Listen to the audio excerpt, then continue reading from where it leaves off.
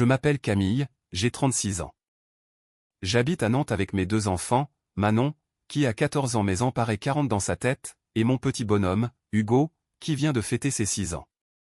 Je travaille comme assistante dentaire 3 jours par semaine et je fais des vacations de secrétariat dans une clinique mutualiste les week-ends.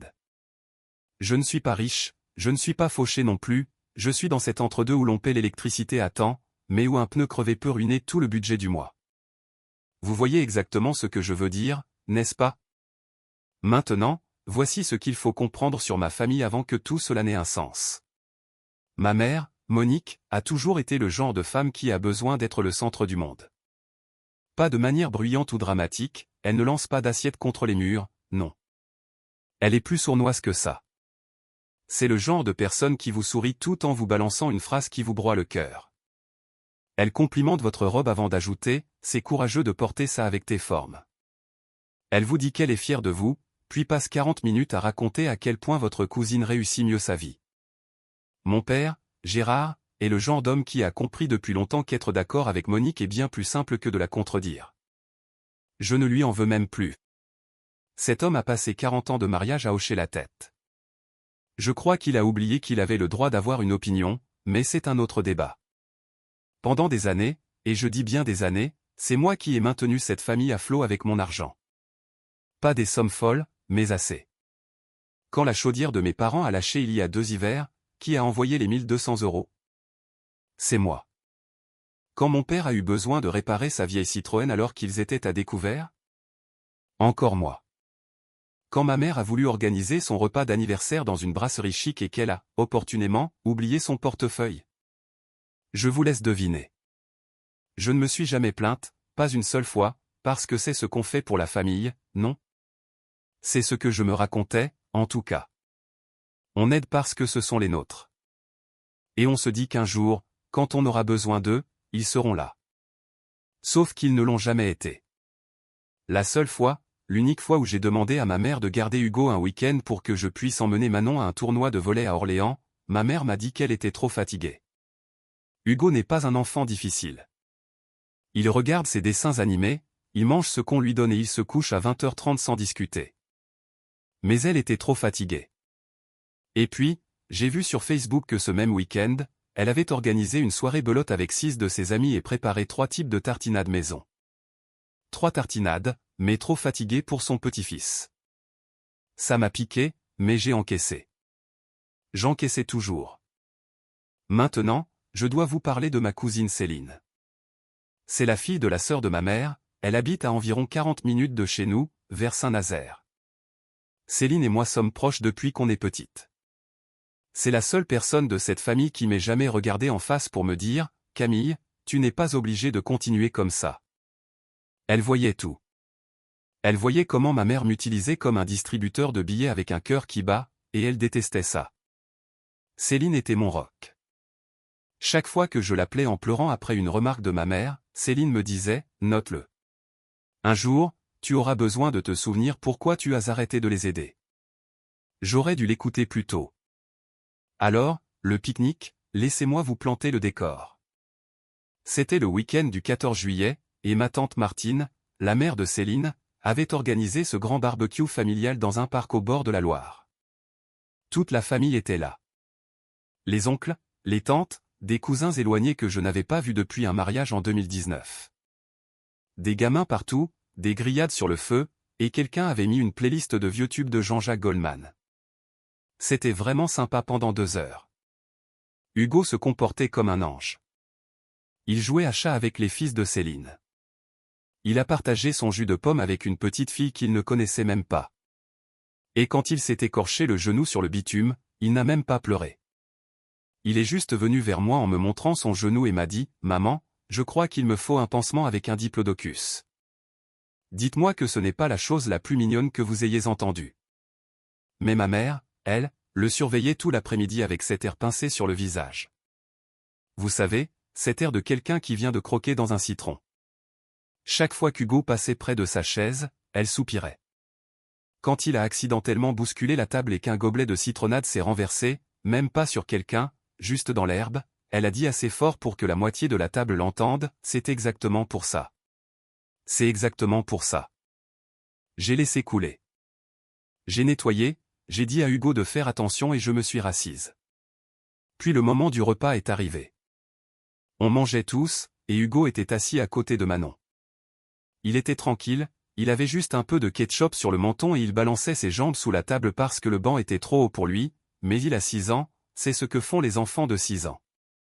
Et sans prévenir, ma mère pose sa fourchette, me regarde fixement et me dit avec un sourire, toujours avec ce sourire, « Camille, la prochaine fois, ne ramène peut-être pas le gamin. Ce serait plus simple pour tout le monde. » La table s'est tue d'un coup.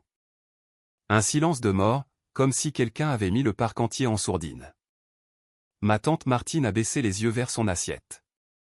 Mon oncle Jean-Pierre s'est soudainement passionné pour son épi de maïs.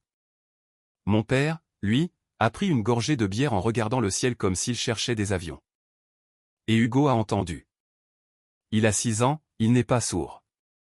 Il a levé les yeux vers moi avec ses grands yeux bruns, son ketchup toujours sur le menton, et a chuchoté, « Maman, est-ce que mamie ne veut pas que je sois là? Est-ce que vous comprenez ce que ça fait à une mère? Pouvez-vous seulement l'imaginer? » J'ai ouvert la bouche, j'allais dire quelque chose, je ne sais même pas quoi. Probablement quelque chose de poli, de mesuré, quelque chose pour maintenir la paix. Parce que c'est ce que j'avais toujours fait. Garder la paix, avaler sa fierté, sourire, envoyer le chèque. Mais avant que je ne puisse prononcer un mot, Manon a posé son burger. Ma fille de 14 ans, qui était restée là tranquillement à manger, a essuyé ses mains sur sa serviette, a repoussé sa chaise et s'est levée. Elle a regardé ma mère droit dans les yeux et elle a dit, « Répète un peu ça. » Sans crier, sans hurler, juste une voix calme et assurée. 14 ans, debout dans son t-shirt de club de volley avec sa queue de cheval, elle l'a dit comme si elle mettait ma mère au défi de se répéter. Tout le monde s'est figé. La main de ma tante Martine s'est arrêtée net à mi-chemin de sa bouche. Ma mère a regardé Manon comme si elle n'en croyait pas ses oreilles. Et honnêtement, moi non plus.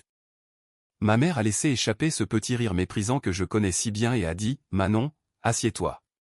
C'est une conversation d'adulte. » Et Manon a répliqué, « Alors arrête de te comporter comme une enfant. » Je crois que l'oncle Jean-Pierre s'est vraiment étouffé avec son maïs. Mais c'est là que ça s'est compliqué, parce que ma mère n'est pas du genre à s'écraser. Oh que non. Monique ne perd jamais une dispute, surtout pas face à une gamine de 14 ans. Elle m'a regardé, moi, pas Manon, et a dit, « Voilà ce qui arrive quand on n'apprend pas le respect à ses enfants. » Et j'ai ressenti ce vieux poids familier dans ma poitrine qui me dictait de m'excuser, d'arrondir les angles, d'attraper le bras de Manon et de lui dire de s'asseoir, de protéger la paix au détriment de moi-même. Mais quelque chose était différent cette fois. C'était peut-être de voir le visage décomposé d'Hugo. C'était peut-être d'entendre ma propre fille faire ce que j'avais été trop lâche pour faire pendant 36 ans. J'étais juste enfin épuisé. J'ai regardé ma mère et j'ai dit, « Monique, Hugo est ton petit-fils, et si tu ne peux pas le traiter comme un membre de cette famille, alors je ne vois pas pourquoi je devrais continuer à te traiter comme un membre de la mienne. » J'ai remballé mes affaires, mes 2 enfants, ma salade et ma dignité, et j'ai marché jusqu'à la voiture. Mais croyez-moi, ce n'était que le début. Parce que ce qui s'est passé dans les semaines qui ont suivi ce pique-nique, c'est là que les choses sont devenues vraiment laides. La décision que j'ai prise ensuite, certains membres de ma famille ne me l'ont toujours pas pardonnée. Mais si c'était à refaire, je recommencerais demain. Je vais vous raconter exactement ce que j'ai fait, et j'ai besoin que vous soyez honnête, pensez-vous que je suis allé trop loin? Après ce pique-nique, j'ai conduit jusque chez moi avec les mains qui tremblaient sur le volant. Manon est restée silencieuse tout le trajet, regardant par la vitre. Hugo s'est endormi la bouche ouverte, son dinosaure toujours serré dans sa main.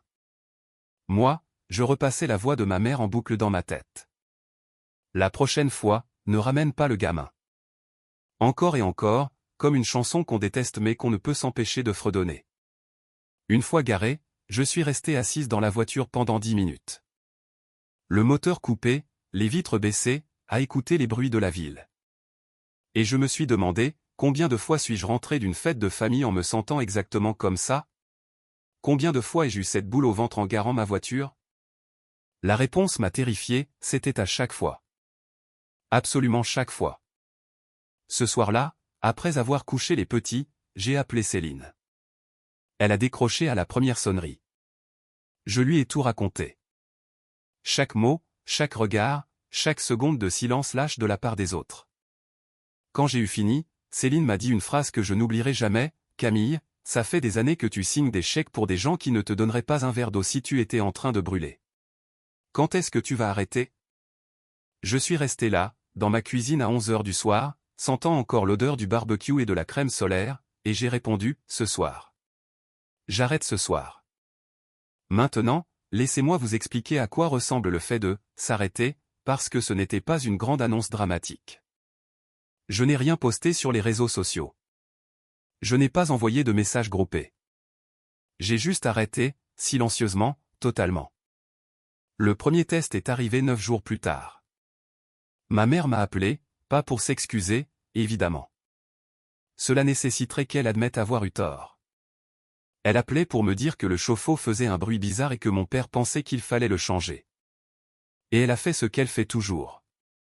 Elle n'a pas demandé d'argent directement, elle est trop maligne pour ça. Elle a juste dit, « Je ne sais pas ce qu'on va faire, Camille. Ton père n'est plus qu'à mi-temps maintenant, et avec mes genoux, je peux à peine aller faire les courses. Je ne sais vraiment pas, » et puis, le silence. Ce silence pesant, chargé, censé me faire dire, « Ne t'inquiète pas maman, je m'en occupe. » Vous savez ce que j'ai répondu? J'ai dit, « Ça a l'air vraiment stressant. J'espère que vous allez trouver une solution. » Le blanc à l'autre bout du fil a été si long que j'ai vérifié si on n'avait pas été coupé. Non, elle était là. Elle ne savait juste pas quoi faire face à une version de moi qui ne sortait pas son portefeuille. Elle a réessayé 2 jours plus tard pour une facture d'électricité trop élevée. Même scénario, même soupir, même silence. Et je lui ai donné la même réponse, « C'est dur, maman. Tu devrais peut-être appeler EDF pour demander un étalement de paiement. » J'entendais presque son cerveau court-circuiter au téléphone. Pour être honnête, une partie de moi se sentait terriblement mal. Je ne vais pas vous mentir, j'avais envie d'envoyer l'argent juste pour avoir la paix. Parce que c'est ça le problème quand on est, celle qui règle tout, dans une famille, ça devient votre identité. On ne sait plus qui on est si on ne répare pas les choses pour les autres. Mais Céline m'a aidé à tenir. Elle m'envoyait un message tous les matins, littéralement chaque matin, du genre, jour 12 où tu te choisis toi-même. Continue, ou, tu n'es pas une banque. Tu n'es pas une banque. Cette femme mérite une médaille. C'est là que le retour de bâton a commencé. Quand l'argent a cessé de couler, les appels ont commencé à pleuvoir. Mais pas de ma mère. Oh non, Monique ne mène pas ses propres batailles quand elle peut recruter une armée. D'abord, ce fut ma tante Isabelle, la plus jeune sœur de ma mère. Elle m'a appelé un mardi après-midi pendant que j'étais au boulot et a laissé un message de 4 minutes pour me dire, en gros, que j'étais égoïste, que mes parents galéraient, que la famille c'était l'entraide et que si elle m'avait élevé, je saurais mieux me tenir. Elle ne m'a pas élevé, effectivement. Elle ne m'a pas aidé non plus, n'a jamais gardé mes enfants et n'a jamais mis les pieds à un seul de mes spectacles d'école. Mais bien sûr, Isabelle, donne-moi des leçons sur la famille. Ensuite, ce fut Chantal, une amie de ma mère que j'ai dû voir 6 fois dans ma vie. Elle m'a appelé pour me dire qu'elle avait entendu dire que j'abandonnais mes parents et que je devrais réfléchir à l'exemple que je donnais à mes enfants. Chantal, que j'ai vu un jour voler des fleurs dans un cimetière, me donne des conseils d'éducation. Certains jours, j'étais à 2 doigts de craquer. Mais quelque chose s'est produit qui m'a fait réaliser que j'étais sur la bonne voie. Hugo est rentré de l'école un jour, environ 3 semaines après le pique-nique. Il s'est assis à la table de la cuisine pendant que je préparais le dîner. Il faisait ce que font les enfants quand ils veulent dire quelque chose mais n'osent pas. Finalement, il a lâché, « Maman, est-ce que je suis méchant ?» J'ai posé ma spatule, j'ai éteint le feu et je me suis assise à côté de lui. « Pourquoi tu me demandes ça, mon cœur ?» Et il a répondu, « Parce que mamie ne m'aime pas, alors c'est peut-être que je suis méchant. » Mon fils de 6 ans était là, en train d'essayer sincèrement de comprendre ce qu'il avait fait de mal. Ce petit garçon qui partage ses biscuits avec tout le monde, qui me dessine des cœurs partout, qui a dit « pardon » à un mannequin dans un magasin la semaine dernière parce qu'il l'avait bousculé. Il pensait qu'il était le problème. Je l'ai serré si fort dans mes bras et je lui ai dit « Hugo, tu n'es pas méchant. Tu es la meilleure chose qui me soit arrivée. Parfois, les grands ont des problèmes qui n'ont rien à voir avec toi. » Il a eu l'air d'aller mieux et est retourné jouer. Mais moi, Je suis allé dans la salle de bain, j'ai fermé la porte et j'ai pleuré si fort que j'ai dû m'asseoir par terre. C'est là que j'ai pris ma deuxième décision. La première était de couper les vivres. La deuxième était plus radicale, je ne remettrai plus les pieds dans une réunion de famille tant que ma mère ne s'excuserait pas. Pas auprès de moi, mais auprès d'Hugo.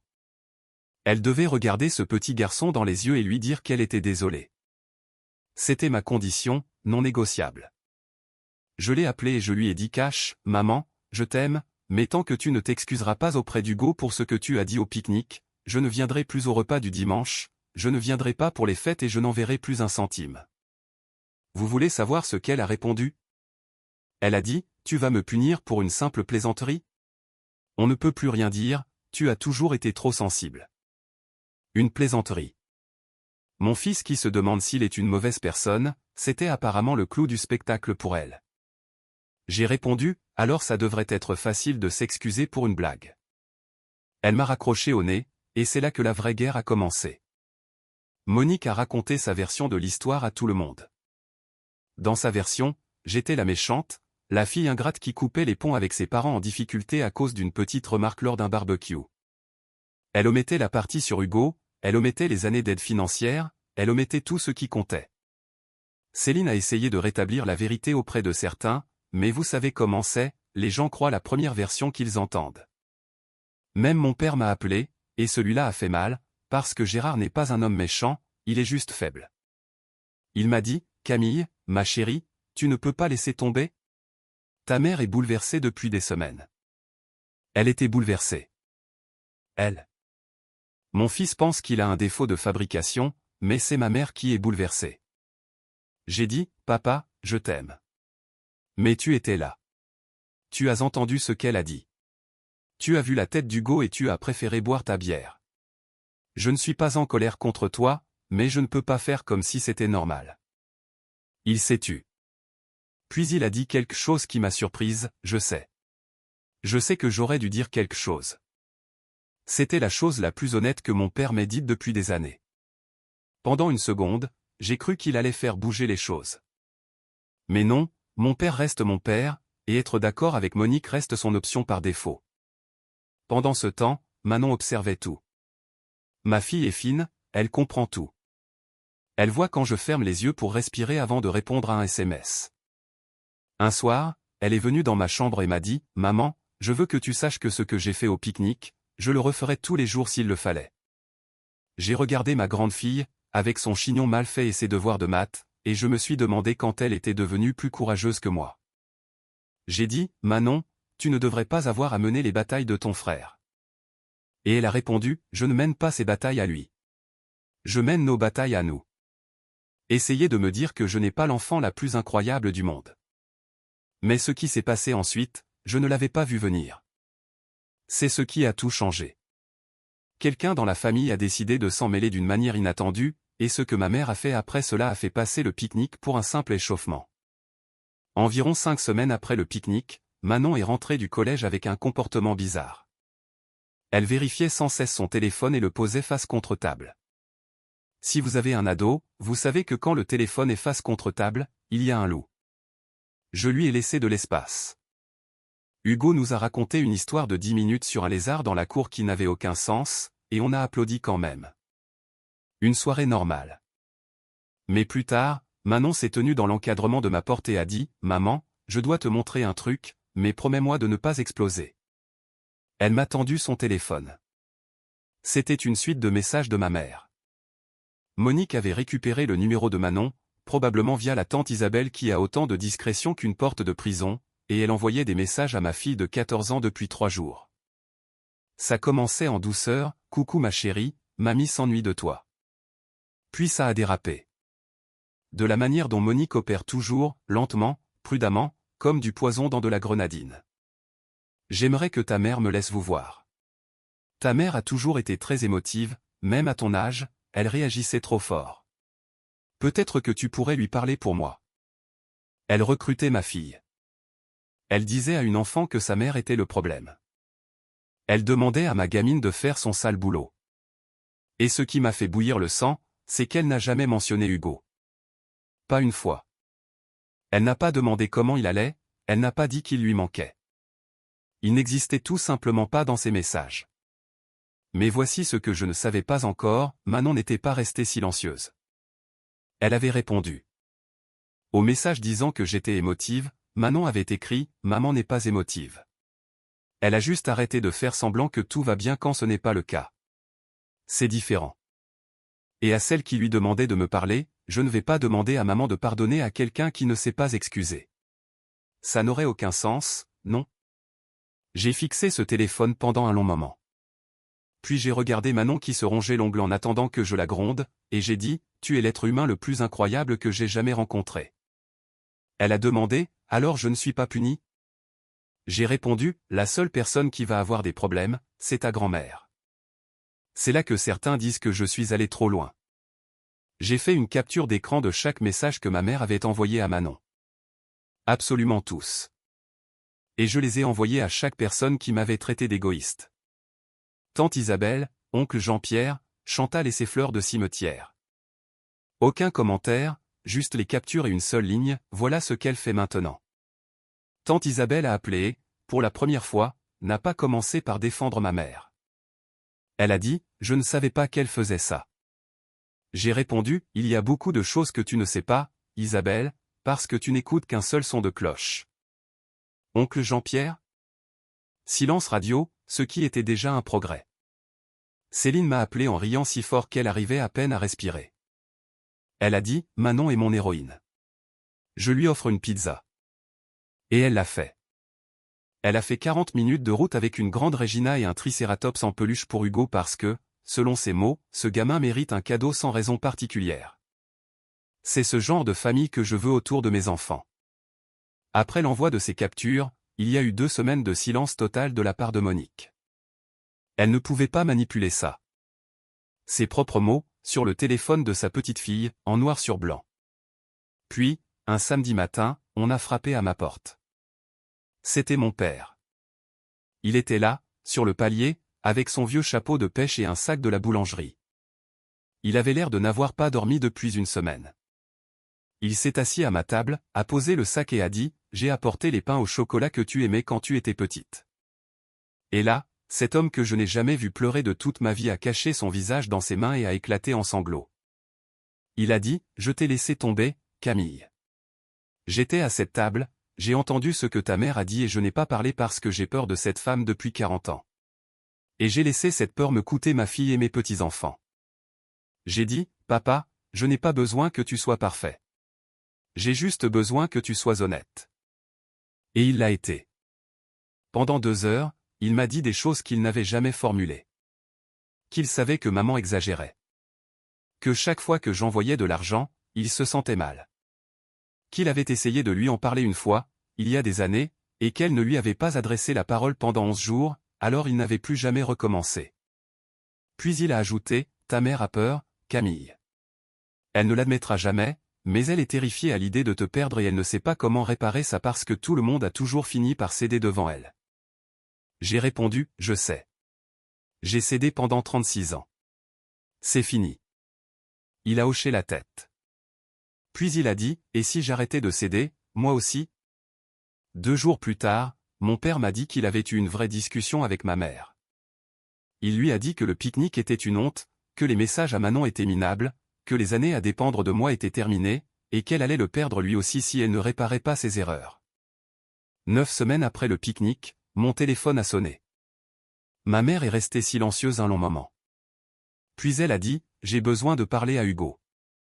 Je lui dois des excuses, et je t'en dois aussi. » J'ai laissé planer le silence. Puis j'ai dit, « Je vais y réfléchir. » Certains penseront que j'aurais dû sauter sur l'occasion. Mais après tout ça, l'argent, le pique-nique, les messages, la campagne de dénigrement, ma priorité était de protéger mes enfants. Céline m'a dit, « Laisse-la venir, mais selon tes conditions, chez toi, et si elle foire, c'est fini pour de bon. » J'ai donc invité ma mère à dîner le dimanche suivant. Juste elle, moi, Manon et Hugo.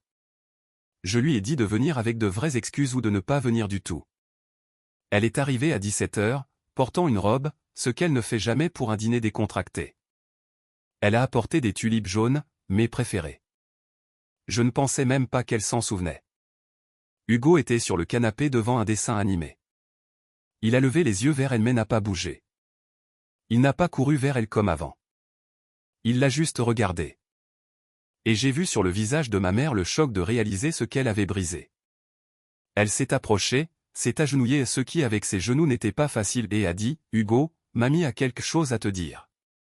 Ce que j'ai dit au pique-nique était méchant et injuste, et tu n'as absolument rien fait de mal. Tu es mon petit-fils, je t'aime et je te demande pardon. » Hugo l'a regardé pendant 5 secondes. Puis il a dit « C'est pas grave, mamie. Tu veux voir mon nouveau dinosaure ? 6 ans. Pas de rancœur, pas de conditions, juste de la grâce. Le genre de choses que les adultes oublient. Elle l'a serré dans ses bras et a pleuré. De vraies larmes, pas du cinéma. De celles qui font trembler les épaules. Pendant le dîner, elle s'est aussi excusée auprès de moi. Elle a admis qu'elle avait été injuste pendant des années. Elle a dit qu'elle allait commencer à voir quelqu'un, un psy, ce qui m'a presque fait tomber de ma chaise parce que pour Monique, la thérapie a toujours été un truc de gens qui se plaignent à des inconnus. Puis elle a regardé Manon et a dit « Je te dois aussi des excuses. Je n'aurais jamais dû t'envoyer ces messages. Tu as eu raison de défendre ton frère. » Manon a répondu « Merci mamie, mais sache que je le referais si c'était nécessaire. » Ma mère a eu un vrai rire et a dit « Je te crois. Je ne vais pas prétendre que tout est parfait. La confiance ne se reconstruit pas en une nuit. Je n'envoie toujours plus d'argent, c'est terminé définitivement. Mon père a trouvé un boulot à temps plein dans un magasin de bricolage, il me parle de perceuse et de bois de charpente et il a l'air plus heureux qu'il ne l'a été en 10 ans.